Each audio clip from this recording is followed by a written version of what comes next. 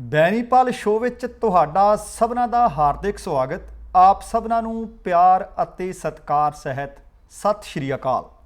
ਦੋਸਤੋ, ਅੱਜ ਦੇ ਪ੍ਰੋਗਰਾਮ ਵਿੱਚ ਜਿਹੜੀਆਂ ਖਬਰਾਂ ਤੇ ਵਿਚਾਰ ਚਰਚਾ ਕਰਾਂਗੇ, ਆਓ ਸਭ ਤੋਂ ਪਹਿਲਾਂ ਇੱਕ ਇੱਕ ਕਰਕੇ ਉਹ ਤੁਹਾਡੇ ਨਾਲ ਸਾਂਝੀਆਂ ਕਰ ਲਵਾਂ। ਸਭ ਤੋਂ ਅਹਿਮ ਘਟਨਾਵਾਂ ਜਿਹੜੀਆਂ ਕੁਝ ਘੰਟਿਆਂ ਦੇ ਵਿੱਚ ਵਾਪਰੀਆਂ ਨੇ, ਉਹਨਾਂ ਦੇ ਵਿੱਚੋਂ ਜੇਕਰ ਕਿਸੇ ਵੱਡੀ ਘਟਨਾ ਦੇ ਉੱਤੇ ਚਰਚਾ ਹੋ ਰਹੀ ਹੈ ਤਾਂ ਉਹ ਸਾਹਿਬ ਸ੍ਰੀ ਗੁਰੂ ਗ੍ਰੰਥ ਸਾਹਿਬ ਜੀ ਜਿਹੜੇ ਪਾਵਨ ਸਰੂਪ ਗੁੰਮ ਹੋਏ, ਕੁਝ ਸੜ ਗਏ ਦੱਸੇ ਗਏ, ਉਹਨਾਂ ਨੂੰ ਲੈ ਕੇ ਲਗਭਗ ਸਿਆਸਤ ਵੀ ਸਰਗਰਮ ਹੈ ਅਤੇ ਸ਼੍ਰੋਮਣੀ ਗੁਰਦੁਆਰਾ ਪ੍ਰਬੰਧਕ ਕਮੇਟੀ ਦੇ ਪ੍ਰਧਾਨ ਨੇ ਜੋ ਆਖ ਦਿੱਤਾ ਹੈ, ਉਹਦੇ ਤੋਂ ਬਾਅਦ ਕੀ ਕੁਝ ਚੱਲ ਰਿਹਾ ਹੈ ਉਹ ਖਬਰ ਤੁਹਾਡੇ ਨਾਲ ਸਾਂਝੀ ਕਰਾਂਗੇ। ਅਗਲੀ ਖਬਰ ਜਿਹੜੀ ਤੁਹਾਡੇ ਨਾਲ ਸਾਂਝੀ ਕਰਨੀ ਹੈ, ਕੇਰਲਾ ਦੇ ਵਿੱਚੋਂ ਇੱਕ ਦਰਦਨਾਕ, ਇੱਕ ਸ਼ਰਮਨਾਕ ਖਬਰ ਮਿਲ ਰਹੀ ਹੈ। ਤੁਹਾਨੂੰ ਪਤਾ ਹੈ ਕਿ ਜੇਕਰ ਕਿਸੇ ਨੂੰ ਕੋਵਿਡ-19 ਹੁੰਦਾ ਤਾਂ ਇੱਕ ਵਿਧੀ ਵਿਧਾਨ ਹੈ, PPE ਕਿੱਟ ਡਾਕਟਰਾਂ ਵੱਲੋਂ ਪਾਈ ਜਾਂਦੀ ਹੈ, ਉਹਨੂੰ ਇੱਕ ਵੱਖਰੇ ਕਮਰੇ ਵਿੱਚ ਰੱਖਿਆ ਜਾਂਦਾ ਹੈ ਤੇ ਉਹਨੂੰ ਸੈਲਫ ਆਈਸੋਲੇਟ ਕਰਨ ਵਾਸਤੇ ਆਖਿਆ ਜਾਂਦਾ ਹੈ। ਪਰ ਇੱਕ ਐਂਬੂਲੈਂਸ ਦੇ ਵਿੱਚ ਇੱਕ 19 ਵਰ੍ਹਿਆਂ ਦੀ ਮੁਟਿਆਰ ਦੇ ਨਾਲ ਜੋ ਕੁਝ ਵਾਪਰ ਗਿਆ, ਉਹ ਲੜਕੀ ਕੋਲੋਂ ਦੱਸ ਨਹੀਂ ਹੋ ਰਿਹਾ। ਇਹ ਖਬਰ ਤੁਹਾਡੇ ਨਾਲ ਸਾਂਝੀ ਕਰਾਂਗੇ। ਅਗਲੀ ਖਬਰ, ਤੁਹਾਨੂੰ ਪਤਾ ਹੈ ਕਿ ਬੀਤੇ ਦਿਨੀ ਪੰਜਾਬ ਸਰਕਾਰ ਨੇ ਵੀ ਇਸ ਗੱਲ ਦੀ ਅਨਾਉਂਸਮੈਂਟ ਕੀਤੀ, ਐਲਾਨ ਕੀਤਾ ਕਿ ਜੇਕਰ ਤੁਸੀਂ ਇਕੱਲੇ ਮੋਟਰਸਾਈਕਲ ਤੇ ਜਾ ਰਹੇ ਹੋ, ਇਕੱਲੇ ਆਪਣੀ ਕਾਰ ਵਿੱਚ ਜਾ ਰਹੇ ਹੋ, ਤੁਹਾਨੂੰ ਉਸ ਵਕਤ ਮਾਸਕ ਪਾਉਣ ਦੀ ਜ਼ਰੂਰਤ ਨਹੀਂ ਹੈ। ਪਰ ਕਈ ਲੋਕਾਂ ਨੂੰ ਤੰਗ ਪਰੇਸ਼ਾਨ ਇਸ ਕਰਕੇ ਪੁਲਿਸ ਵੱਲੋਂ ਕੀਤਾ ਜਾਂਦਾ ਸੀ। ਪਰ ਕੈਨੇਡਾ ਦੇ ਵਿੱਚ ਜੇਕਰ ਤੁਸੀਂ ਹਵਾਈ ਸਫ਼ਰ ਕਰਦੇ ਹੋ ਤਾਂ ਗਾਈਡਲਾਈਨਸ ਦੇ ਮੁਤਾਬਕ ਤੁਹਾਨੂੰ ਮਾਸਕ ਪਾਉਣਾ ਲਾਜ਼ਮੀ ਹੈ। ਪਰ ਬਹੁਤ ਸਾਰੇ ਲੋਕ ਅੜਦੇ ਰਹੇ ਹੈ, ਮਾਸਕ ਪਾਉਣ ਤੋਂ ਇਨਕਾਰ ਕਰਦੇ ਰਹੇ ਹੈ ਤੇ ਹੁਣ ਮੋਟੇ ਜੁਰਮਾਨੇ ਕਰਨੇ ਸ਼ੁਰੂ ਕਰ ਦਿੱਤੇ ਨੇ। ਇਹ ਕੈਨੇਡਾ ਦੇ ਪੱਖ ਤੋਂ ਅਤੇ ਹਵਾਈ ਯਾਤਰਾ ਕਰਨ ਵਾਲਿਆਂ ਵਾਸਤੇ ਇੱਕ ਵਿਸ਼ੇਸ਼ ਖਬਰ ਹੈ, ਇਹ ਤੁਹਾਡੇ ਨਾਲ ਸਾਂਝੀ ਕਰਾਂਗੇ। ਅਗਲੀ ਖਬਰ, ਕੁਝ ਅੰਕੜੇ ਭਾਰਤ ਸਰਕਾਰ ਵੱਲੋਂ ਨੈਸ਼ਨਲ ਕ੍ਰਾਈਮ ਰਿਕਾਰਡ ਬਿਊਰੋ ਵੱਲੋਂ ਪੇਸ਼ ਕੀਤੇ ਗਏ ਹੈ ਕਿ ਭਾਰਤ ਦੇ ਵਿੱਚ ਹਰ ਵਰੇ ਕਿੰਨੀਆਂ ਦੁਰਘਟਨਾਵਾਂ ਵਾਪਰਦੀਆਂ ਨੇ, ਕਿੰਨੇ ਐਕਸੀਡੈਂਟ ਹੁੰਦੇ ਨੇ, ਕਿੰਨੇ ਲੋਕਾਂ ਦੀ ਜਾਨ ਜਾਂਦੀ ਆ, ਕਿੰਨੇ ਅਪਾਹਜ ਹੁੰਦੇ ਨੇ ਤੇ ਕਿੰਨੇ ਜ਼ਖਮੀ ਹੁੰਦੇ ਨੇ, ਤੇ ਉਹਨਾਂ ਦੁਰਘਟਨਾਵਾਂ ਦਾ, ਐਕਸੀਡੈਂਟਸ ਦਾ ਸਭ ਤੋਂ ਵੱਡਾ ਕਾਰਨ ਕੀ ਹੈ, ਉਹ ਬਹੁਤ ਹੈਰਾਨੀਜਨਕ ਹੈ। ਅਗਲੀ ਖਬਰ ਇੱਕ ਦਿਲਚਸਪ ਖਬਰ ਹੈ। ਅੱਜ ਤੱਕ ਤੁਸੀਂ ਵੇਖਿਆ ਹੋਣਾ, ਸੁਣਿਆ ਹੋਣਾ ਕਿ ਡੇਅਰੀਆਂ ਬਹੁਤ ਸਾਰੇ ਲੋਕਾਂ ਨੇ ਖੋਲ੍ਹੀਆਂ ਨੇ, ਗਾਂ ਦਾ, ਮੱਝ ਦਾ, ਬੱਕਰੀ ਦਾ ਜਾਂ ਕਿਤੇ ਕਿਤੇ ਊਠ ਦੇ ਦੁੱਧ ਦਾ ਇਹਨਾਂ ਡੇਅਰੀਆਂ ਦੇ ਵਿੱਚ ਵਪਾਰ ਹੁੰਦਾ। ਪਰ ਹੁਣ ਭਾਰਤ ਦੇ ਵਿੱਚ ਹਰਿਆਣਾ ਸੂਬੇ ਦੇ ਵਿੱਚ ਇੱਕ ਪਹਿਲੀ ਵਿਲੱਖਣ ਕਿਸਮ ਦੀ ਡੇਅਰੀ ਖੋਲ੍ਹਣ ਜਾ ਰਹੀ ਹੈ ਤੇ ਉੱਥੇ ਦੁੱਧ ਕਾਹਦਾ ਵਿਕਣਾ ਹੈ ਤੇ ਕਾਹਦਾ ਵੇਚਿਆ ਜਾਣਾ ਹੈ, ਅਤੇ ਇੱਕ ਸਰਕਾਰ ਦਾ ਬਹੁਤ ਵੱਡਾ ਅਦਾਰਾ ਹੈ NRCE, ਉਹਦੇ ਵੱਲੋਂ ਇਹ ਡੇਅਰੀ ਖੋਲ੍ਹੀ ਜਾ ਰਹੀ ਹੈ। ਇਹਦੇ ਮੁਤਲਕ ਤੁਹਾਡੇ ਨਾਲ ਜਾਣਕਾਰੀ ਸਾਂਝੀ ਕਰਾਂਗੇ। ਆਓ ਹੁਣ ਇਹਨਾਂ ਖਬਰਾਂ ਨੂੰ ਵਿਸਥਾਰ ਦੇਈਏ, ਪਰ ਇਹਦੇ ਤੋਂ ਪਹਿਲਾਂ ਰੋਜ਼ਾਨਾ ਦੀ ਤਰ੍ਹਾਂ ਬੇਨਤੀ ਇਹ ਹੈ ਕਿ ਜੇਕਰ ਹਾਲੇ ਤੱਕ ਤੁਸੀਂ ਸਾਡਾ ਇਹ ਚੈਨਲ ਸਬਸਕ੍ਰਾਈਬ ਨਹੀਂ ਕੀਤਾ, ਕਿਰਪਾ ਕਰਕੇ ਸਬਸਕ੍ਰਾਈਬ ਜ਼ਰੂਰ ਕਰ ਲੈਣਾ ਤਾਂ ਕਿ ਆਪਣੀ ਰੋਜ਼ਾਨਾ ਦੀ ਮੁਲਾਕਾਤ ਹੁਣ ਇਸੇ ਚੈਨਲ ਤੇ ਬਰਕਰਾਰ ਰਹੇ। ਇਹਦੇ ਨਾਲ ਨਾਲ ਜੇਕਰ ਤੁਹਾਨੂੰ ਵੀਡੀਓ ਚੰਗੀ ਲੱਗੀ, ਇਹ ਜਾਣਕਾਰੀਆਂ ਪੁਖਤਾ ਲੱਗੀਆਂ, ਤਾਂ ਸ਼ੇਅਰ ਅਤੇ ਲਾਈਕ ਵਾਲਾ ਬਟਨ ਦਬਾਉਣਾ ਨਾ ਭੁੱਲਿਓ ਅਤੇ ਨਾਲ ਨੋਟੀਫਿਕੇਸ਼ਨ ਵੀ ਪਲੀਜ਼ ਔਨ ਕਰ ਲਿਓ, ਤੁਹਾਡੇ ਧੰਨਵਾਦੀ ਹੋਵਾਂਗੇ। ਤੇ ਆਓ ਹੁਣ ਇਕੱਲੀ ਖਬਰ ਨੂੰ ਵਿਸਥਾਰ ਦਈਏ। ਸਭ ਤੋਂ ਪਹਿਲੀ ਅਹਿਮ ਘਟਨਾ ਸਿੱਖ ਜਗਤ ਦੇ ਜਿਸ ਨੇ ਹਿਰਦੇ ਵਲੂੰਦਰੇ। ਬੀਤੇ ਕਈ ਵਰ੍ਹਿਆਂ ਤੋਂ ਪਤਾ ਲੱਗਿਆ ਸੀ ਜਾਂਚ ਦੇ ਵਿੱਚ, ਪੜਤਾਲ ਦੇ ਵਿੱਚ, ਕਿ ਆਡਿਟ ਅਸਲ ਦੇ ਵਿੱਚ ਕੀਤਾ ਹੀ ਨਹੀਂ ਗਿਆ। ਉਹਦੇ ਵਿੱਚ ਕਿਸੇ ਇੱਕ ਵਿਭਾਗ ਦਾ ਨਹੀਂ, ਬਹੁਤ ਸਾਰੇ ਜਿਹੜੇ ਆਲਾ ਅਧਿਕਾਰੀ ਕਰਮਚਾਰੀ ਸੀ ਉਹ ਕਸੂਰਵਾਰ ਵੀ ਠਹਿਰਾ ਦਿੱਤੇ ਗਏ। ਬੀਤੇ ਦਿਨ ਜਿਹੜੀ ਰਿਪੋਰਟ ਡਾਕਟਰ ਈਸ਼ਰ ਸਿੰਘ ਜਾਂਚ ਕਮਿਸ਼ਨ ਵੱਲੋਂ ਦਿੱਤੀ ਗਈ ਸੀ, ਆਮ ਜਨਤਾ ਵੱਲੋਂ, ਸੰਗਤ ਵੱਲੋਂ ਆਖਿਆ ਜਾ ਰਿਹਾ ਸੀ ਕਿ ਉਸ ਨੂੰ ਜਨਤਕ ਕੀਤਾ ਜਾਵੇ। ਬੀਤੇ ਦਿਨੀ ਅੰਤਰਿੰਗ ਕਮੇਟੀ ਦੀ ਮੀਟਿੰਗ ਦੇ ਵਿੱਚ ਇਹ ਆਖ ਦਿੱਤਾ ਗਿਆ ਕਿ ਇਹ ਰਿਪੋਰਟ ਜਨਤਕ ਕਰ ਦਿੱਤੀ ਜਾਏਗੀ। ਪਰ ਜਿਸ ਦਾ ਇੱਕ ਵਾਰ ਫਿਰ ਸਮੁੱਚੀ ਸਿੱਖ ਸੰਗਤ ਵੱਲੋਂ ਵਿਰੋਧ ਕੀਤਾ ਜਾ ਰਿਹਾ ਹੈ, ਉਹ ਘਟਨਾ ਇਹ ਵਾਪਰੀ ਕਿ ਸ਼੍ਰੋਮਣੀ ਗੁਰਦੁਆਰਾ ਪ੍ਰਬੰਧਕ ਕਮੇਟੀ ਦੇ ਪ੍ਰਧਾਨ ਗੋਬਿੰਦ ਸਿੰਘ ਲੌਂਗੋਵਾਲ ਨੇ ਇਹ ਆਖ ਦਿੱਤਾ ਕਿ ਨਾ ਸਰੂਪ ਕੋਈ ਗੁੰਮ ਹੋਇਆ, ਨਾ ਸਰੂਪ ਕੋਈ ਚੋਰੀ ਹੋਇਆ, ਨਾ ਕਿਸੇ ਸਰੂਪ ਦੀ ਬੇਅਦਬੀ ਹੋਈ ਹੈ। ਹੁਣ ਤੱਕ ਤਾਂ ਬੀਤੇ ਕਈ ਵਰ੍ਹਿਆਂ ਤੋਂ, ਕਈ ਮਹੀਨਿਆਂ ਤੋਂ ਇਹ ਰੌਲਾ ਪੈ ਰਿਹਾ ਸੀ ਕਿ ਸਰੂਪ ਸੜ ਵੀ ਗਏ ਹੈ, ਸਰੂਪ ਗੁੰਮ ਵੀ ਹੋ ਗਏ ਹੈ, ਤੇ ਫਿਰ ਸਰੂਪ ਗਏ ਕਿੱਥੇ। ਹੁਣ ਉਹਨਾਂ ਨੇ ਇਹ ਆਖ ਦਿੱਤਾ ਹੈ ਕਿ ਸਰੂਪ ਗੁੰਮ ਨਹੀਂ ਹੋਏ, ਸਰੂਪ ਚੋਰੀ ਨਹੀਂ ਹੋਏ, ਸਰੂਪਾਂ ਦੀ ਬੇਅਦਬੀ ਨਹੀਂ ਹੋਏ, ਸਿਰਫ ਧਾਂਦਲੀ ਹੋਈ ਹੈ। ਇੱਕ ਲਾਲਚਵਸ ਹੋ ਕੇ ਇਹਨਾਂ ਕੁਝ ਲੋਕਾਂ ਨੇ ਸਰੂਪ ਵੇਚ ਦਿੱਤੇ, ਰਸੀਦਾਂ ਮੁਕੰਮਲ ਤੌਰ ਤੇ ਚੰਗੇ ਤਰੀਕੇ ਨਾਲ ਕੱਟੀਆਂ ਨਹੀਂ ਗਈਆਂ। ਪਹਿਲਾਂ ਇਹ ਵੀ ਆਖਿਆ ਗਿਆ ਸੀ ਜਿਸ ਦਿਨ ਜਾਂਚ ਰਿਪੋਰਟ ਦੇ ਉੱਤੇ ਚਰਚਾ ਕੀਤੀ ਗਈ, ਲਿਫਾਫਾ ਬੰਦ ਜਾਂਚ ਰਿਪੋਰਟ ਖੋਲ੍ਹੀ ਗਈ, ਜਿਸ ਦਿਨ 12 ਵਿਅਕਤੀ ਕੁਝ ਬਰਖਾਸਤ ਕੁਝ ਮੁਅੱਤਲ ਕੀਤੇ ਗਏ, ਕਈਆਂ ਨੂੰ ਘਰੇ ਤੋਰਿਆ ਗਿਆ। ਉਸ ਦਿਨ ਆਖਿਆ ਗਿਆ ਸੀ ਕਿ ਇਹਨਾਂ 'ਤੇ ਮੁਕੱਦਮੇ ਦਰਜ ਕੀਤੇ ਜਾਣਗੇ, FIR ਉਹਨਾਂ ਦੇ ਕਰਵਾਈ ਜਾਏਗੀ। ਪਰ ਅੰਤਰਿਮ ਕਮੇਟੀ ਦੀ ਜਿਹੜੀ ਕੱਲ੍ਹ ਮੀਟਿੰਗ ਹੋਈ ਆ ਉਸ ਦੇ ਵਿੱਚ ਪ੍ਰਧਾਨ ਲੌਂਗੋਵਾਲ ਨੇ ਆਖ ਦਿੱਤਾ ਕਿ ਇਹ ਨਹੀਂ ਹੋਊਗਾ, ਨਹੀਂ ਹੋਊਗਾ, ਮੁਕੱਦਮੇ ਦਰਜ ਨਹੀਂ ਹੋਣਗੇ। ਉਹ ਕਹਿੰਦੇ ਸ਼੍ਰੀ ਅਕਾਲ ਤਖਤ ਸਾਹਿਬ ਦੀ ਇੱਕ ਮਰਿਆਦਾ ਹੈ, ਸ਼੍ਰੋਮਣੀ ਗੁਰਦੁਆਰਾ ਪ੍ਰਬੰਧਕ ਕਮੇਟੀ ਇੱਕ ਆਜ਼ਾਦ ਸੰਸਥਾ ਹੈ ਤੇ ਅਸੀਂ ਆਪਣੀਆਂ ਧਾਰਮਿਕ ਮਰਿਆਦਾਵਾਂ ਦੇ ਅਨੁਸਾਰ, ਰਹੁ ਰੀਤਾਂ ਦੇ ਅਨੁਸਾਰ, ਪੰਥਕ ਮਰਿਆਦਾ ਦੇ ਤਹਿਤ ਉਹਨਾਂ ਨੂੰ ਖੁਦ ਸਜ਼ਾ ਦੇਵਾਂਗੇ।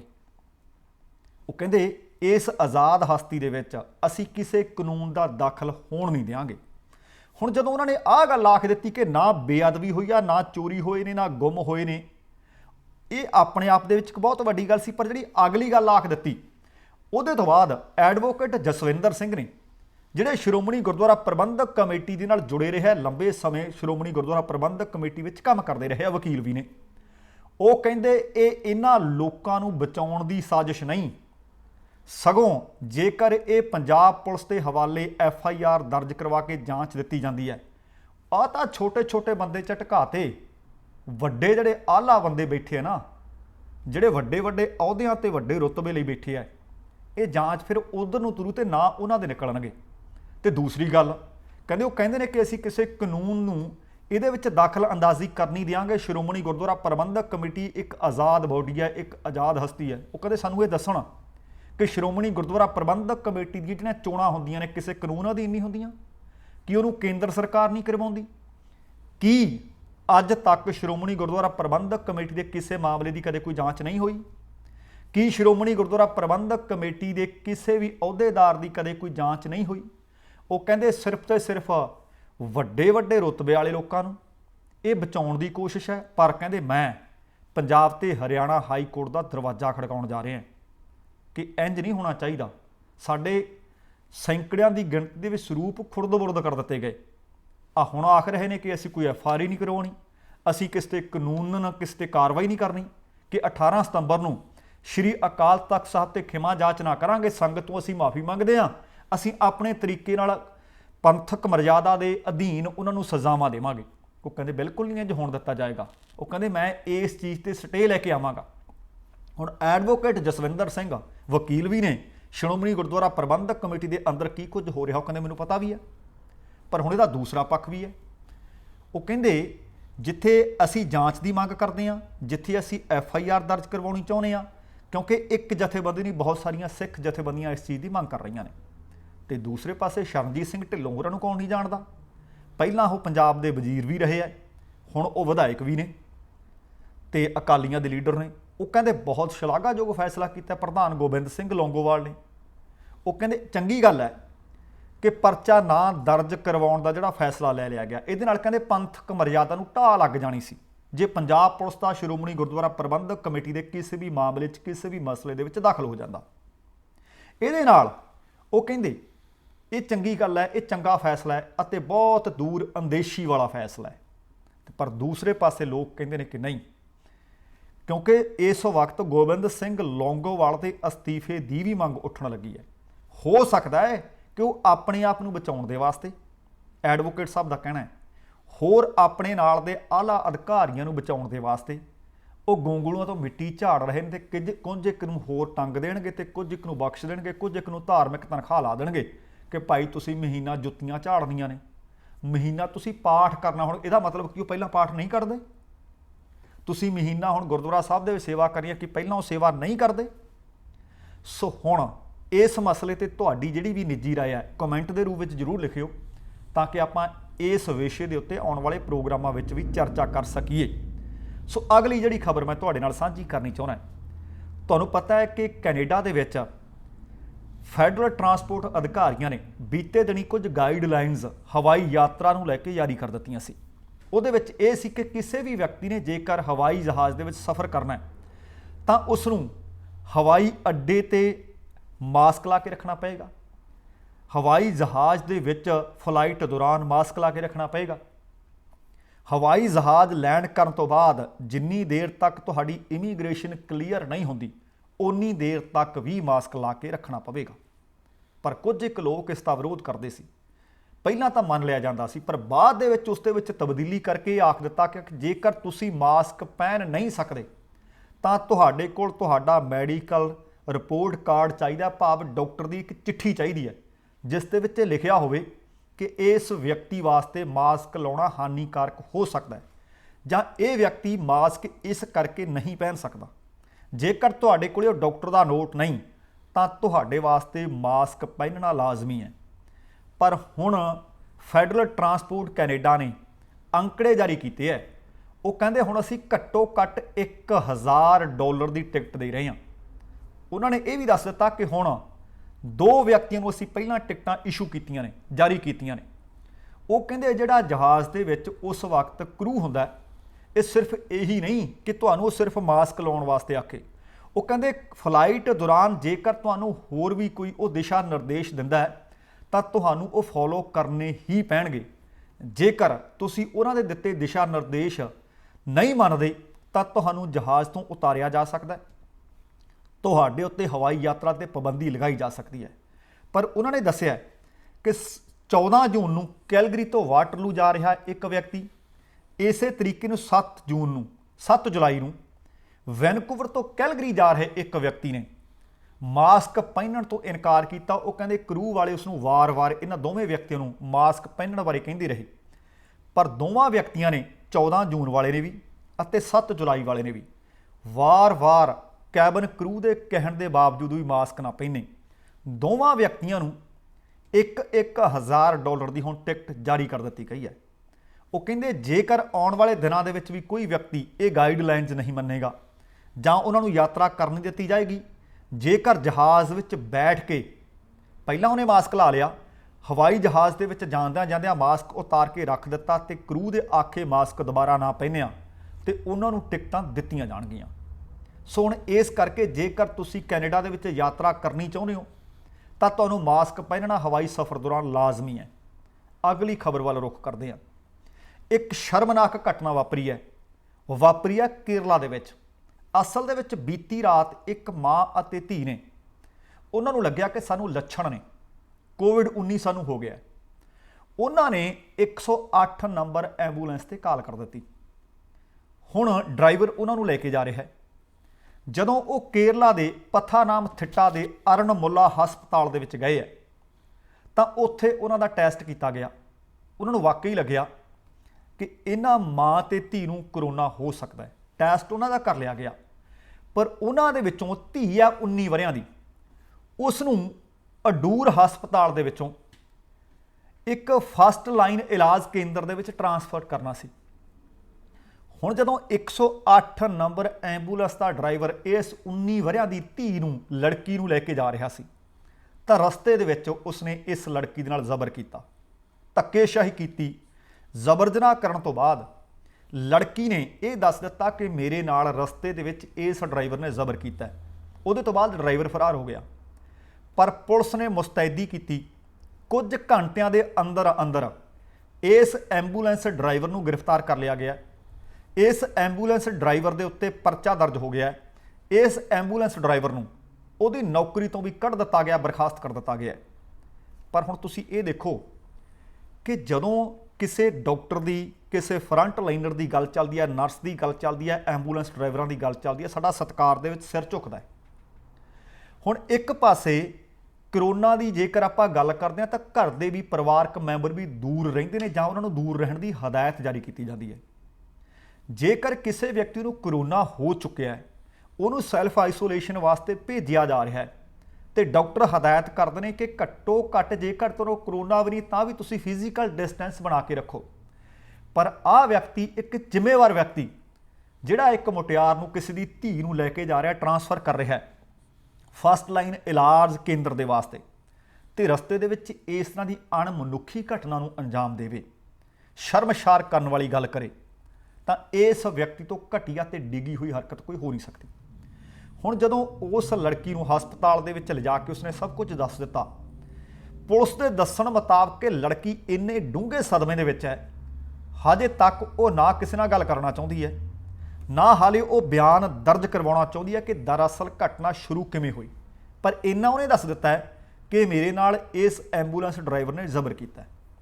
ਹੁਣ ਇਸ ਘਟਨਾ ਦੀ ਚਰਚਾ ਹੋ ਰਹੀ ਹੈ। ਉਹਦੇ ਤੋਂ ਬਾਅਦ ਜਿੰਨੀਆਂ ਵੀ ਮਨੁੱਖੀ ਜਥੇਬੰਦੀਆਂ ਨੇ, ਮਨੁੱਖੀ ਅਧਿਕਾਰਾਂ ਦੀ ਰਾਖੀ ਕਰਨ ਵਾਲੀਆਂ ਜਥੇਬੰਦੀਆਂ ਨੇ, ਜਿਹੜੀਆਂ ਸਮਾਜ ਸੇਵੀ ਜਥੇਬੰਦੀਆਂ ਤੇ ਬੁੱਧੀਜੀਵੀ ਵਰਗ ਹੈ, ਉਹ ਲਗਭਗ ਹਰ ਇੱਕ ਵਿਅਕਤੀ ਇਸ ਵਾਪਰੀ ਦੁਰਘਟਨਾ ਦੀ ਨਿੰਦਿਆ ਕਰ ਰਿਹਾ ਤੇ ਹੋਣੀ ਵੀ ਚਾਹੀਦੀ ਹੈ, ਤਾਂ ਕਿ ਇੱਕ ਘਟਨਾ ਵਾਪਰੀ ਹੈ ਪਰ ਇਸ ਤਰ੍ਹਾਂ ਦੀ ਘਟਨਾ ਬੀਤੇ ਵਿੱਚ ਨਾ ਵਾਪਰੇ। ਸੋ ਦੋਸਤੋ, ਇਹ ਇੱਕ ਬਹੁਤ ਸ਼ਰਮਨਾਕ ਘਟਨਾ ਸੀ ਜਿਸ ਦਾ ਮੈਂ ਤੁਹਾਡੇ ਨਾਲ ਜ਼ਿਕਰ ਕੀਤਾ ਹੈ। ਇਹਦੇ ਬਾਰੇ ਵੀ ਤੁਹਾਡੀ ਕੋਈ ਟਿੱਪਣੀ ਹੋਈ ਤਾਂ ਜ਼ਰੂਰ ਕਰਿਓ, ਤਾਂ ਕਿ ਆਉਣ ਵਾਲੇ ਸਮੇਂ ਦੇ ਵਿੱਚ ਆਪਾਂ ਇਸ ਤਰ੍ਹਾਂ ਦੀਆਂ ਖਬਰਾਂ ਨੂੰ ਵੱਧ ਤੋਂ ਵੱਧ ਲੋਕਾਂ ਦੇ ਸਾਹਮਣੇ ਨਸ਼ਰ ਕਰਕੇ ਇਹਨਾਂ ਚੀਜ਼ਾਂ ਤੇ ਨੱਥ ਪਾਉਣ ਦੇ ਵਿੱਚ ਆਪੋ ਆਪਣਾ ਯੋਗਦਾਨ ਪਾ ਲਈਏ, ਕਿਉਂਕਿ ਇਕੱਲੇ ਨੂੰ ਰੋਕ ਨਹੀਂ ਸਕਦੇ ਪਰ ਅਵੇਅਰਨੈਸ ਲਿਆਂਦੀ ਜਾ ਸਕਦੀ ਹੈ। ਅਗਲੀ ਖਬਰ ਵੱਲ ਤੁਹਾਡਾ ਧਿਆਨ ਦਿਵਾਉਣਾ ਚਾਹੁੰਦਾ, ਕਿਉਂਕਿ ਪੰਜਾਬ ਹੈ, ਭਾਰਤ ਹੈ ਜਾਂ ਕੋਈ ਹੋਰ ਸੂਬਾ ਹੈ, ਅਸੀਂ ਪਹਿਲੀ ਗੱਲ ਤੇ ਕਾਰ ਚਲਾਉਣ ਲੱਗ ਪੈਂਦੇ ਹਾਂ। ਅਸੀਂ ਹੁੱਬ ਕੇ ਦੱਸਦੇ ਹਾਂ, ਉਹ ਲੈ ਸਾਡੇ ਵਾਲਾ ਤਾਂ ਛੋਟਾ ਜਿਹਾ ਬੱਚਾ, ਇਹ ਜੀਪ ਵੀ ਲੈ ਜਾਂਦਾ, ਇਹ ਟਰੈਕਟਰ ਵੀ ਚਲਾ ਲੈਂਦਾ, ਲੈ ਸਕੂਟਰ ਇਹਨੂੰ ਕਿਸੇ ਨੇ ਸਿਖਾਇਆ ਹੀ ਨਹੀਂ, ਆ ਮੋਟਰਸਾਈਕਲ ਦਾ ਕਿਹੜਾ ਦੂਰ ਤੱਕ ਦੇ ਆਉਂਦਾ। ਇਹ ਕੋਈ ਸ਼ੇਖੀ ਵਾਲੀ ਗੱਲ ਨਹੀਂ, ਪ੍ਰੋਪਰ ਟ੍ਰੇਨਿੰਗ ਦਾ ਹੋਣਾ ਬਹੁਤ ਲਾਜ਼ਮੀ ਹੈ। ਕਈ ਵਾਰੀ ਉਸ ਵਕਤ ਸਾਨੂੰ ਕੁਝ ਸੁੱਝਦਾ ਹੀ ਨਹੀਂ, ਜਦੋਂ ਮੂਹਰੇ ਕੋਈ ਸਾਨੂੰ ਲੱਗਦਾ ਕਿ ਹੁਣ ਉਹ ਦਿੱਕਤ, ਉਹ ਮੁਸੀਬਤ ਆ ਰਹੀ ਹੈ ਤੇ ਇਸ ਨੂੰ ਹੈਂਡਲ ਕਿਵੇਂ ਕਰੀਏ। ਬਹੁਤ ਸਾਰੀਆਂ ਦੁਰਘਟਨਾਵਾਂ ਵਾਪਰਦੀਆਂ ਨੇ ਅਣਗਹਿਲੀ ਦੇ ਕਾਰਨ, ਟ੍ਰੇਨਿੰਗ ਦੀ ਘਾਟ ਦੇ ਕਾਰਨ, ਅਣਹੋਂਦ ਦੇ ਕਾਰਨ, ਸੜਕਾਂ ਦੀ ਟੁੱਟੀ ਹੋਈ ਜਿਹੜੀ ਹਾਲਤ ਹੈ ਉਹਦੇ ਕਾਰਨ, ਸੜਕਾਂ ਦੇ ਤੰਗ ਹੋਣ ਕਾਰਨ, ਜਾਂ ਫਿਰ ਸਭ ਤੋਂ ਵੱਡਾ ਕਾਰਨ ਜਿਹੜਾ ਇਸ ਰਿਪੋਰਟ ਦੇ ਵਿੱਚ ਆਇਆ ਨੈਸ਼ਨਲ ਕ੍ਰਾਈਮ ਰਿਕਾਰਡ ਬਿਊਰੋ ਦੇ ਵਿੱਚ। ਅੱਜ ਸਿਰਫ ਮੈਂ ਜਿਹੜੇ ਤੁਹਾਨੂੰ ਐਕਸੀਡੈਂਟ ਹੋਏ ਨੇ ਉਹਨਾਂ ਦੇ ਬਾਰੇ ਦੱਸਾਂਗਾ। ਆਉਣ ਵਾਲੇ ਦਿਨਾਂ ਦੇ ਵਿੱਚ ਸੂਸਾਈਡ ਕਿੰਨੇ ਲੋਕਾਂ ਨੇ ਕੀਤੀ ਉਹਦੇ ਬਾਰੇ ਵੀ ਦੱਸਾਂਗਾ। ਉਹਦੇ ਵਿੱਚੋਂ ਕਿਸਾਨਾਂ ਨੇ ਸੂਸਾਈਡ ਕਿੰਨੀ ਕੀਤੀ ਉਹਦੇ ਬਾਰੇ ਵੀ ਦੱਸਾਂਗਾ, ਕਿਉਂਕਿ ਇਹ ਬਹੁਤ ਵਿਸਥਾਰਤ ਰਿਪੋਰਟ ਹੈ। ਇਸ ਰਿਪੋਰਟ ਦੇ ਜਿਹੜੇ ਅੰਕੜੇ ਨੇ ਉਹ ਬਹੁਤ ਹੈਰਾਨੀਜਨਕ ਨੇ। ਨੈਸ਼ਨਲ ਕ੍ਰਾਈਮ ਰਿਕਾਰਡ ਬਿਊਰੋ ਨੇ ਦੱਸਿਆ ਕਿ ਸਾਲ 2019 ਦੇ ਵਿੱਚ 4 ਲੱਖ ਤੋਂ ਵੱਧ ਸੜਕੀ ਦੁਰਘਟਨਾਵਾਂ ਉਹ ਨੇ ਜਿਹੜੀਆਂ ਕਿਤੇ ਨਾ ਕਿਤੇ ਦਰਜ ਹੋਈਆਂ ਨੇ, ਪਰ ਇਹ ਉਹਨੇ ਜਿਹੜੀਆਂ ਰਿਪੋਰਟ ਕੀਤੀਆਂ ਗਈਆਂ ਨੇ। ਹੋ ਸਕਦਾ ਕਿ ਬਹੁਤ ਵਾਰੀ ਸਾਡਾ ਕੋਈ ਐਕਸੀਡੈਂਟ ਹੁੰਦਾ, ਉਹ ਕੋਈ ਨਾ ਕੋਈ ਨੇ ਬਚ ਗਿਆ, ਲੋਹੇ ਦਾ ਕੀ ਹੈ, ਸਿੱਧਾ ਹੋ ਜੂ। ਉਹ ਆਪਣੇ ਘਰ ਨੂੰ ਤੁਰਦੇ ਹਾਂ ਤੇ ਅਸੀਂ ਆਪਣੇ ਘਰ ਨੂੰ ਤੁਰਦੇ ਹਾਂ, ਉਹ ਅੰਕੜੇ ਇਹਦੇ ਵਿੱਚ ਦਰਜ ਨਹੀਂ ਨੇ। ਜਿਹੜੇ ਅੰਕੜੇ ਦਰਜ ਨੇ ਉਹਦੇ ਮੁਤਾਬਕ 4,37,396 ਸੜਕਾਂ ਦੇ ਉੱਤੇ ਦੁਰਘਟਨਾਵਾਂ ਵਾਪਰੀਆਂ। ਇਹਨਾਂ ਦੇ ਵਿੱਚੋਂ 1,54,000 ਲੋਕ ਥਾਂ ਹੀ ਮਰ ਗਏ। ਇਹਦੇ ਨਾਲ 4,39,262 ਲੋਕ ਸੜਕਾਂ ਦੇ ਉੱਤੇ ਜ਼ਖਮੀ ਹੋ ਗਏ। ਉਹਨਾਂ ਵਿੱਚੋਂ ਕੁਝ ਸਦਾ ਵਾਸਤੇ ਅਪਾਹਜ ਹੋ ਗਏ ਹੈ। ਹੁਣ ਤੁਸੀਂ ਦੇਖੋ, ਇਹਨਾਂ ਦੇ ਵਿੱਚ ਜਿੰਨੀਆਂ ਇਹ ਰੋਡ ਦੇ ਉੱਤੇ ਦੁਰਘਟਨਾਵਾਂ ਵਾਪਰੀਆਂ ਨੇ, ਐਕਸੀਡੈਂਟ ਹੋਏ ਨੇ, ਇਸ ਰਿਪੋਰਟ ਦੇ ਮੁਤਾਬਕ ਸਭ ਤੋਂ ਵੱਡਾ ਕਾਰਨ 56.9 ਲਗਭਗ 57% ਐਕਸੀਡੈਂਟ ਉਹ ਹੋਏ ਨੇ ਜਿਨ੍ਹਾਂ ਦੇ ਵਿੱਚ ਓਵਰ ਸਪੀਡ ਦਾ ਫੈਕਟਰ ਸੀ। ਸਪੀਡ 50 ਕਿਲੋਮੀਟਰ ਦੀ ਨਿਰਧਾਰਤ ਕੀਤੀ ਹੋਈ ਜਾਂ 100 ਤੇ ਰਹੇ ਨੇ, ਸਪੀਡ 90 ਕਿਲੋਮੀਟਰ ਦੀ ਹੈ ਜਾਂ 130 ਜਾਂ 40 ਕਿਲੋਮੀਟਰ ਤੇ ਰਹੇ ਨੇ। ਹੁਣ ਸਾਡੀਆਂ ਸੜਕਾਂ ਕਿੰਨੀਆਂ ਕੁ ਚੌੜੀਆਂ ਨੇ, ਕਿੰਨੀਆਂ ਕੁ ਖੁੱਲ੍ਹੀਆਂ ਨੇ। ਲਗਭਗ ਜਿਹੜੀਆਂ ਅੱਜ ਤੋਂ 20 ਸਾਲ ਪਹਿਲਾਂ ਸੜਕਾਂ ਸੀ, ਬਹੁਤੀਆਂ ਸੜਕਾਂ ਸਾਰੀਆਂ ਨਹੀਂ, ਸੜਕਾਂ ਉਹੀ ਨੇ। ਆਲੇ ਦੁਆਲੇ ਲੋਕਾਂ ਨੇ ਥਾਂ ਵੀ ਵੱਢ ਕੇ ਆਪਣੀ ਜ਼ਮੀਨ 'ਚ ਰਲਾ ਲਈ ਹੈ। ਕਾਰਾਂ ਰੋਜ਼ਾਨਾ ਤੁਸੀਂ ਦੇਖੋ ਕਿ ਅੱਜ ਤੋਂ 20 ਸਾਲ ਪਹਿਲਾਂ ਤੁਹਾਡੇ ਪਿੰਡ ਵਿੱਚ, ਤੁਹਾਡੇ ਗੁਆਂਢ ਵਿੱਚ ਕਿੰਨੀਆਂ ਕਾਰਾਂ ਸੀ। ਅੱਜ ਇਕੱਲੇ ਘਰ ਦੇ ਵਿੱਚ ਮੋਟਰਸਾਈਕਲ ਆਮ ਖੜੇ ਹੈ, ਕਾਰਾਂ 1-1, 2-2 ਬਹੁਤੇ ਲੋਕਾਂ ਕੋਲ ਆਮ ਨੇ। ਸੋ ਇਸ ਕਰਕੇ ਓਵਰ ਸਪੀਡ ਦੇ ਨਾਲ ਲਗਭਗ 57% ਦੁਰਘਟਨਾਵਾਂ ਹੋਈਆਂ। ਅਗਲੀ ਜਿਹੜੀ ਗੱਲ ਹੈ, ਓਵਰ ਸਪੀਡ ਦੇ ਕਾਰਨ 86,241 ਮੌਤਾਂ, 2,71,000 ਤੇ 581 ਬੰਦੇ ਓਵਰ ਸਪੀਡਿੰਗ ਦੇ ਕਾਰਨ ਜ਼ਖਮੀ ਹੋਏ। 2018 ਦੇ ਵਿੱਚ 1,52,000 ਤੇ 700 ਮੌਤਾਂ ਸੀ। 2017 ਦੇ ਵਿੱਚ 1,50,000 ਤੇ 93 ਮੌਤਾਂ ਸੀ। ਹੁਣ ਇਹ ਸਾਰੀਆਂ ਲਗਭਗ 4,37,000 ਤੋਂ ਵੱਧ ਜਿਹੜੇ ਰੋਡ ਐਕਸੀਡੈਂਟ ਹੋਏ ਨੇ। ਇਹਨਾਂ ਦੇ ਵਿੱਚ ਜਿਹੜੇ ਦੋਪਹੀਆ ਵਾਹਨ ਨੇ, ਉਹਨਾਂ ਦੇ ਵਿੱਚ ਮੋਟਰਸਾਈਕਲ ਨੇ, ਸਕੂਟਰ ਨੇ, 38% ਉਹਨਾਂ ਦੇ ਐਕਸੀਡੈਂਟ ਹੋਏ ਨੇ। 14.6 ਟਰੱਕ ਚਾਲਕਾਂ ਦੁਆਰਾ ਐਕਸੀਡੈਂਟ ਹੋਏ ਨੇ। 13.7% ਐਕਸੀਡੈਂਟ ਸਾਰਿਆਂ ਦੇ ਵਿੱਚੋਂ ਕਾਰਾਂ ਤੇ ਬੱਸ ਡਰਾਈਵਰਾਂ ਦੇ ਹੋਏ ਨੇ। ਤੇ ਸਭ ਤੋਂ ਵੱਧ ਇਹਨਾਂ ਸਾਰੀਆਂ ਐਕਸੀਡੈਂਟਸ ਦੇ ਵਿੱਚ ਸਭ ਤੋਂ ਵੱਧ ਤੇਜ਼ ਰਫ਼ਤਾਰੀ ਤੇ ਮੌਤ ਦੀ ਤਿਆਰੀ ਹੋਈ ਹੈ। ਸੋ ਓਵਰ ਸਪੀਡ ਜਦੋਂ ਆਪਾਂ ਜਾਵਾਂਗੇ, ਗੱਡੀ ਤੋਂ ਗੱਡੀ ਦਾ ਫਾਸਲਾ ਨਹੀਂ ਰੱਖਾਂਗੇ, ਓਵਰਟੇਕ ਕਰਦੇ ਵੇਲੇ ਇੱਕ ਦੂਸਰੇ ਨਾਲ ਜਿੱਦਬਾਜ਼ੀ ਕਰਾਂਗੇ ਤਾਂ ਬਹੁਤ ਸਾਰੀਆਂ ਦੁਰਘਟਨਾਵਾਂ ਵਾਪਰਨਗੀਆਂ। ਆ ਬੀਤੇ ਦਿਨੀ ਪੁਲਿਸ ਵਾਲਿਆਂ ਨੇ ਚੰਦ ਚਾੜਿਆ ਸੀ, ਇੱਕ ਕਬੱਡੀ ਪਲੇਅਰ ਨੂੰ ਇਸੇ ਕਰਕੇ ਗੋਲੀ ਮਾਰ ਦਿੱਤੀ ਸੀ ਕਿ ਉਹਦੀ ਭਰਜਾਈ ਨਾਲ ਉਹ ਸ਼ਰਾਬੀ ਪੁਲਿਸ ਮੁਲਾਜ਼ਮਾਂ ਨੇ ਗੱਡੀ ਦੀ ਓਵਰਟੇਕਿੰਗ ਨੂੰ ਲੈ ਕੇ ਹੀ ਝਗੜਾ ਕਰ ਲਿਆ ਸੀ, ਗਾਲੋ ਗਾਲੀ ਹੋ ਗਈ ਸੀ। ਕਬੱਡੀ ਪਲੇਅਰ ਗਿਆ, ਠਾ ਠਾ ਕਰਕੇ ਗੋਲੀਆਂ ਛਾਤੀ 'ਚ ਕੱਢ ਦਿੱਤੀਆਂ ਸੀ। ਭਾਵੇਂ ਬਾਅਦ ਦੇ ਵਿੱਚ ਫੌਰੀ ਕਾਰਵਾਈ ਕਰਦੇ ਹਾਂ, ਉਹਨਾਂ ਨੂੰ ਨੌਕਰੀ ਤੋਂ ਕੱਢ ਦਿੱਤਾ ਗਿਆ ਤੇ ਮੁਕੱਦਮੇ ਦਰਜ ਕਰ ਦਿੱਤੇ ਗਏ, ਪਰ ਕੀ ਉਸ ਕਬੱਡੀ ਪਲੇਅਰ ਨੂੰ ਉਹਦੇ ਪਰਿਵਾਰ ਨੂੰ ਦੁਬਾਰਾ ਮੋੜ ਕੇ ਦਿੱਤਾ ਜਾ ਸਕੇਗਾ? ਸੋ ਰੋਡ ਰੇਜ ਭਾਵੇਂ ਤੁਹਾਡੇ ਨਾਲ ਕੋਈ ਕਰਦਾ ਵੀ ਹੈ, ਥੋੜਾ ਜਿਹਾ ਤਹੱਮਲ ਤੋਂ ਕੰਮ ਲੈ ਲਿਆ ਕਰੋ, ਸ਼ਾਂਤੀ ਤੋਂ ਕੰਮ ਲੈ ਲਿਆ ਕਰੋ, ਤਾਂ ਕਿ ਤੁਹਾਨੂੰ ਤੁਹਾਡੇ ਘਰ ਵਿੱਚ ਕੋਈ ਉਡੀਕ ਰਿਹਾ।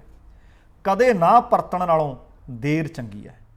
ਸੋ ਅਗਲੀ ਜਿਹੜੀ ਇਹਦੇ ਵਿੱਚ ਗੱਲ ਹੈ, ਇਹਦੇ ਵਿੱਚ ਕਹਿੰਦੇ ਮੌਸਮ ਦੀ ਖਰਾਬੀ ਨੇ ਵੀ ਕਾਫੀ ਰੋਲ ਅਦਾ ਕੀਤਾ, ਪਰ ਐਡਾ ਵੱਡਾ ਰੋਲ ਨਹੀਂ ਜਿੰਨਾ ਓਵਰ ਸਪੀਡ ਨੇ। ਹੁਣ ਓਵਰ ਸਪੀਡ ਕਾਰਨ ਲਗਭਗ 57% ਲੋਕਾਂ ਦੀ ਮੌਤ ਹੋਈ ਹੈ, ਪਰ 2.6% ਸੀ ਜਿਹੜੀ ਮੌਸਮ ਦੀ ਖਰਾਬੀ ਕਾਰਨ ਦੁਰਘਟਨਾਵਾਂ ਵਾਪਰੀਆਂ। ਸ਼ਹਿਰਾਂ ਦੇ ਵਿੱਚ ਮੈਨੂੰ ਲੱਗਦਾ ਸੀ ਕਿ ਸ਼ਹਿਰਾਂ ਦੇ ਵਿੱਚ ਐਕਸੀਡੈਂਟ ਜ਼ਿਆਦਾ ਹੁੰਦੇ ਹੋਣਗੇ, ਪਰ ਮੇਰੀ ਜਿਹੜੀ ਆ ਰਿਪੋਰਟ ਮੇਰੇ ਸਾਹਮਣੇ ਨੈਸ਼ਨਲ ਕ੍ਰਾਈਮ ਰਿਕਾਰਡ ਬਿਊਰੋ ਦੀ ਪਈ ਹੈ, ਮੈਂ ਹੈਰਾਨ ਹੋ ਗਿਆ।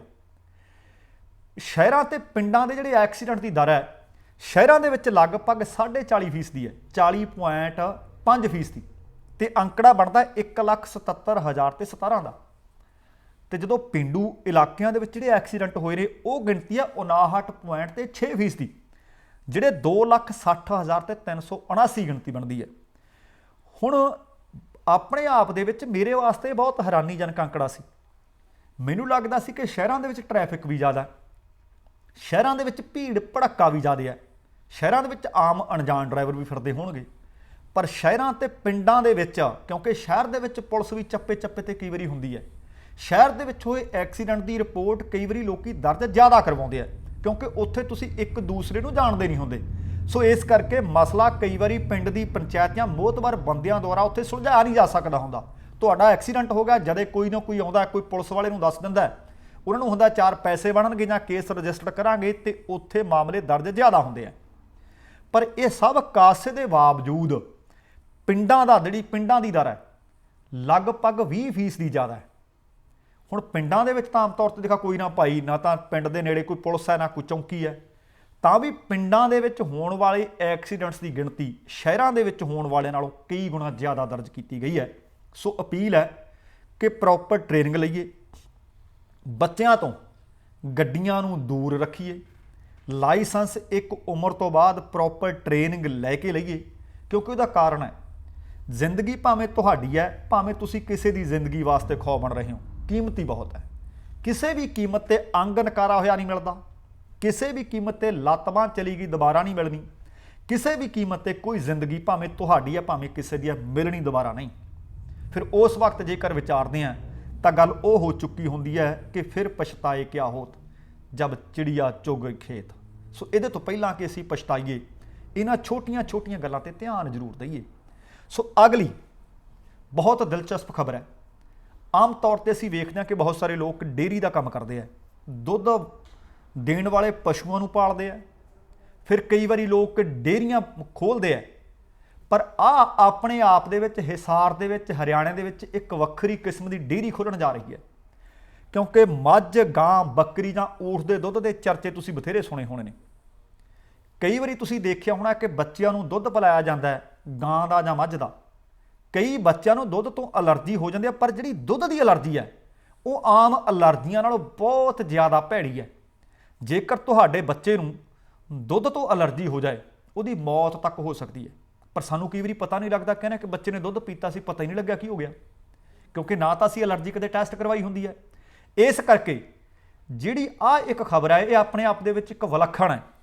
ਅਸਲ ਦੇ ਵਿੱਚ NRCE ਭਾਰਤ ਦਾ ਇੱਕ ਰਿਸਰਚ ਡਿਪਾਰਟਮੈਂਟ ਹੈ, ਨੈਸ਼ਨਲ ਰਿਸਰਚ ਡਿਪਾਰਟਮੈਂਟ ਹੈ। ਇਹਨਾਂ ਦੁਆਰਾ ਹਿਸਾਰ ਦੇ ਵਿੱਚ ਹੁਣ ਗਧੀਆਂ ਦੇ ਦੁੱਧ ਦੀ ਇੱਕ ਡੇਅਰੀ ਖੋਲ੍ਹੀ ਜਾ ਰਹੀ ਹੈ। ਪਹਿਲਾਂ ਕਹਿੰਦੇ ਇਹ ਡੇਅਰੀ 10 ਗਧੀਆਂ ਦੇ ਦੁੱਧ ਦੇ ਨਾਲ ਸ਼ੁਰੂ ਕੀਤੀ ਜਾਏਗੀ। ਹੁਣ ਤੁਸੀਂ ਸੋਚ ਰਹੇ ਹੋਵੋਗੇ ਕਿ ਏਡੀ ਵੀ ਕਿਹੜੀ ਵਿਲੱਖਣ ਗੱਲ ਹੈ, ਪਰ ਜਿਹੜੇ ਇਹਦੇ ਪਿੱਛੇ ਤਰਕ ਤੇ ਤੱਥ ਦਿੱਤੇ ਜਾ ਰਹੇ ਨੇ ਉਹ ਬਹੁਤ ਅਜੀਬ ਨੇ। ਉਹ ਕਹਿੰਦੇ ਗਧੀ ਦਾ ਜਿਹੜਾ ਦੁੱਧ ਹੈ 1 ਲੀਟਰ 7000 ਰੁਪਏ ਕੀਮਤ ਰੱਖਦਾ ਹੈ। 1 ਲੀਟਰ ਭਾਰਤ ਦੀ ਕਰੰਸੀ ਦੇ ਵਿੱਚ 7000 ਰੁਪਏ ਦਾ। ਹੁਣ ਜਿਹੜੀ ਇਹਦੇ ਵਿੱਚ ਡਾਕਟਰੀ ਖੋਜ ਆਈ ਹੈ, ਉਸ ਖੋਜ ਦੇ ਮੁਤਾਬਕ ਇਹਦੇ ਵਿੱਚ ਕੈਂਸਰ, ਇਹਦੇ ਵਿੱਚ ਕਈ ਹੋਰ ਬਿਮਾਰੀਆਂ ਨੇ ਜਿਨ੍ਹਾਂ ਨਾਲ ਲੜਨ ਦੀ ਬਹੁਤ ਵੱਡੀ ਸਮਰੱਥਾ ਹੈ। ਆਮ ਤੌਰ ਤੇ ਇਸ ਵਕਤ ਜਿਹੜਾ ਸਭ ਤੋਂ ਵੱਡਾ ਰੌਲਾ ਪੈ ਰਿਹਾ ਉਹ ਇਹ ਆ ਵੀ ਸਾਡਾ ਜਿਹੜਾ ਇਮਿਊਨ ਸਿਸਟਮ ਹੈ ਉਹ ਕਮਜ਼ੋਰ ਹੋ ਚੁੱਕਿਆ, ਇਮਿਊਨਿਟੀ ਵਧਾਈ ਜਾਵੇ। ਜੇਕਰ ਸਾਡਾ ਇਮਿਊਨ ਸਿਸਟਮ ਰੋਗਾਂ ਦੇ ਨਾਲ ਲੜਨ ਦੀ ਜਿਹੜੀ ਸਮਰੱਥਾ ਹੈ, ਉਹ ਕਹਿੰਦੇ ਜਿਹੜਾ ਗਧੀ ਦਾ ਦੁੱਧ ਹੈ ਜਾਂ ਗਧੀਆਂ ਦਾ ਦੁੱਧ ਹੈ, ਇਹ ਇਮਿਊਨ ਸਿਸਟਮ ਨੂੰ ਅਪਲਿਫਟ ਕਰਨ ਦੇ ਵਿੱਚ, ਬੂਸਟ ਕਰਨ ਦੇ ਵਿੱਚ ਬਹੁਤ ਵੱਡਾ ਰੋਲ ਅਦਾ ਕਰਦਾ ਹੈ। ਕੈਂਸਰ ਦੇ ਨਾਲ ਲੜਨ ਵਾਸਤੇ ਬਹੁਤ ਵੱਡਾ ਰੋਲ ਅਦਾ ਕਰਦਾ ਹੈ। ਸ਼ੂਗਰ ਦੇ ਨਾਲ ਲੜਨ ਵਾਸਤੇ ਬਹੁਤ ਵੱਡਾ ਰੋਲ ਅਦਾ ਕਰਦਾ ਹੈ। ਇਹਦੇ ਵਿੱਚ ਐਲਰਜੀ ਦਾ ਕੋਈ ਵੀ ਤੱਤ ਨਹੀਂ। ਸੋ ਇਹ ਐਂਟੀਆਕਸੀਡੈਂਟ ਵੀ ਹੈ।